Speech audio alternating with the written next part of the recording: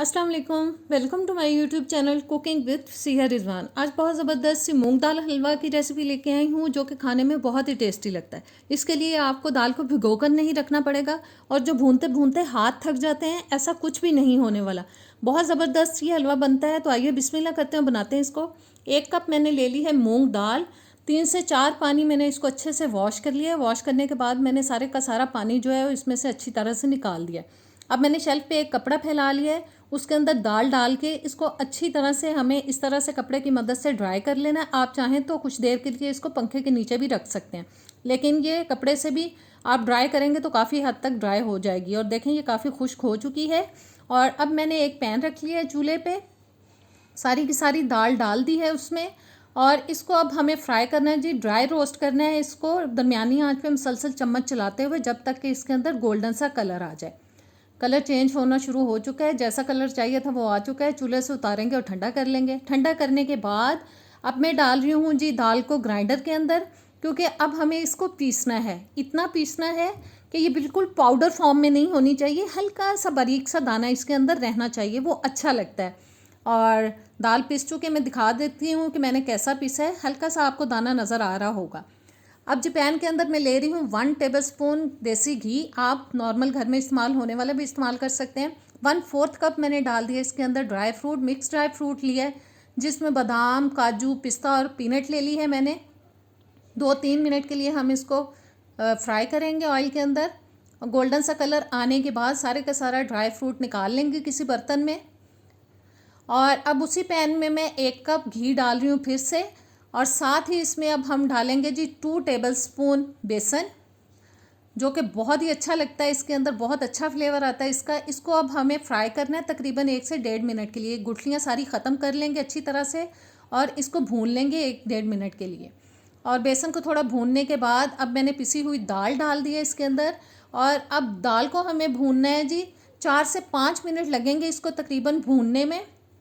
दरमियानी आंच रख के इसको हम मुसलसल हिलाते हुए भून लेंगे जब तक कि इसके अंदर गोल्डन ब्राउन सा कलर ना आ जाए। और देखें मैं मुसलसल इसको हिलाती जा रही हूँ ताकि जल ना जाए ये। और गोल्डन ब्राउन कलर आ चुका है। अब हम आंच को बिल्कुल कर देंगे हल्का, या आप बंद भी कर सकते हैं क्योंकि छींटा उठ सकता है। 1 कप मैंने डाल दिया है इसके अंदर पानी और 2 कप मैंने भर के इसके अंदर डाल दिया है दूध। आप ग्लास का इस्तेमाल भी कर सकते हैं।